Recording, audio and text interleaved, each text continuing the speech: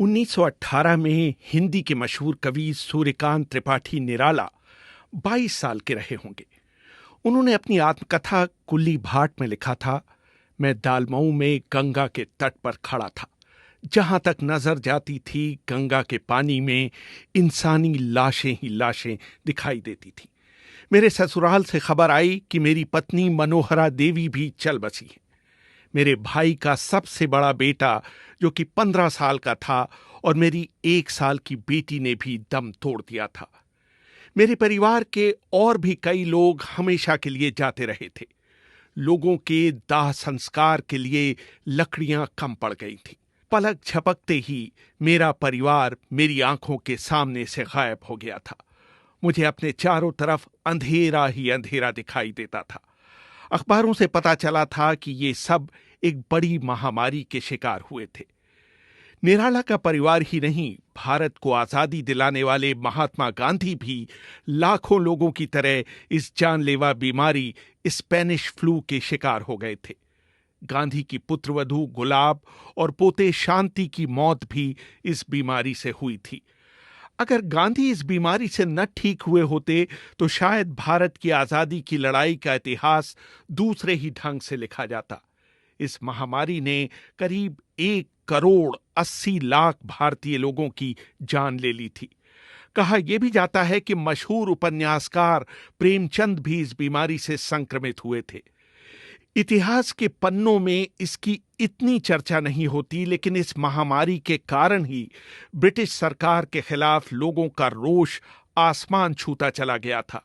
इस बीमारी की शुरुआत 29 मई 1918 को हुई थी, जब पहले विश्व युद्ध के मोर्चे से लौट रहे भारतीय सैनिकों का जहाज बंबई बंदरगाह पर आकर लगा था और करीब 48 घंटों तक वहां लंगर डाले खड़ा था। मेडिकल इतिहासकार और राइडिंग द टाइगर पुस्तक के लेखक अमित कपूर लिखते हैं, 10 जून 1918 को पुलिस के 7 सिपाहियों को जो कि बंदरगाह पर तैनात थे, नज़ले और जुकाम की शिकायत पर अस्पताल में दाखिल कराया गया था। ये भारत में संक्रामक बीमारी स्पेनिश फ्लू का पहला मामला था। तब तक ये बीमारी पूरी दुनिया में फैल चुकी थी। एक अनुमान है कि इस बीमारी से पूरी दुनिया में 10 से 20 करोड़ लोगों की मौत हुई थी। जॉन बेरी अपनी किताब the great influenza, the epic story of the deadliest pandemic in history में लिखते हैं, 10.5 करोड़ की आबादी वाले अमेरिका में इस बीमारी से करीब 6,75,000 लोग मारे गए थे। 1918 में इस बीमारी से पूरी दुनिया में इतने लोग मर चुके थे जितने पहले किसी बीमारी से नहीं मरे थे।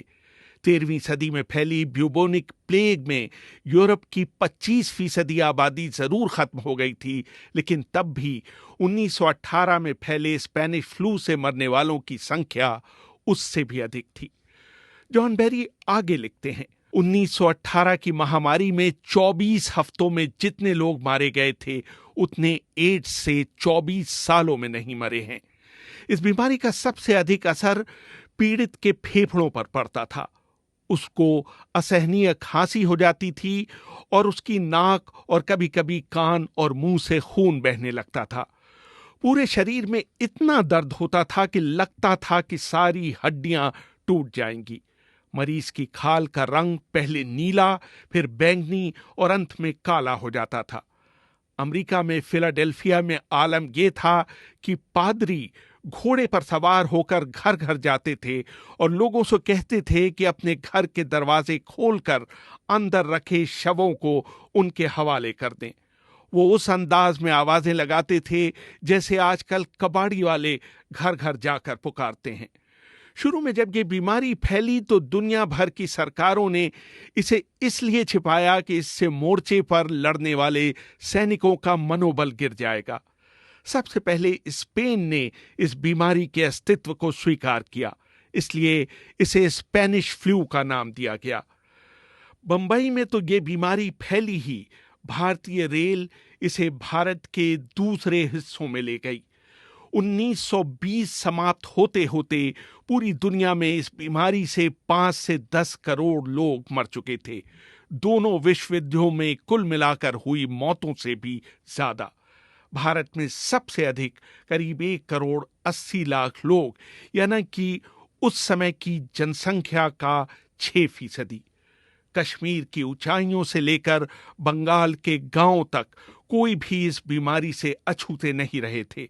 जॉन बेरी ने अपनी किताब the great influenza, the story of the deadliest pandemic in history में भारत में इस बीमारी के फैलाव का ब्यौरा देते हुए लिखा है, भारत में लोग ट्रेनों में भले अच्छे सवार हुए, जब तक वो अपने गंतव्य तक पहुंचते वो या तो मर चुके थे या मरने की कगार पर थे। बंबई में एक दिन 6 अक्टूबर 1918 को 768 लोगों की मौत हुई थी। दिल्ली के एक अस्पताल में इन्फ्लुएंजा के 13,190 मरीज भर्ती किए गए थे, जिनमें से 7,044 की मौत हो गई थी। ब्रिटेन में जहां इस बीमारी से मृत्यु दर 4.4 प्रति हजार थी, भारत में ये दर 20.6 प्रति हजार थी। भारत में हालात इसलिए और भी खराब हुए क्योंकि उसी समय भारत में इतिहास का सबसे भयानक सूखा पड़ा था। भूख से शरीर की आरोग्य क्षमता कम हो जाती है, इसलिए ये फ्लू भारतवासियों के लिए और घातक साबित हो रहा था। एक और ध्यान देने योग्य बात यह थी कि पूरे देश में पुरुषों की तुलना में औरतें इस बीमारी से अधिक मर रही थीं। शायद इसका कारण ये रहा हो कि महिलाओं को भारतीय समाज में पुरुषों की तुलना में कम खाने को मिलता हो। दूसरे, औरतें ही बीमारियों की तीमारदारी कर रही थीं, इसलिए उनको ये बीमारी जल्दी पकड़ रही थी। भारत के 120 साल के आर्थिक इतिहास में 1918 का साल सबसे बुरा साल था। भारत की विकास दर 0 से कहीं नीचे -10.8% चली गई और मुद्रास्फीति ने पिछले सारे रिकॉर्ड तोड़ दिए। इस बीमारी ने भारतीय अर्थव्यवस्था को बंगाल के सूखे और विश्व युद्ध से भी कहीं अधिक प्रभावित किया। भारत की जनगणना के इतिहास में सिर्फ एक बार 1911 से 1921 में हुआ है कि देश की जनसंख्या पिछले 10 वर्षों की तुलना में कम हुई हो। ये कहना शायद गलत नहीं होगा कि इसमें सबसे बड़ी भूमिका स्पेनिश फ्लू की थी। मार्च 1920 आते आते इस बीमारी पर नियंत्रण पा लिया गया था। रेहान फजल, BBC, दिल्ली।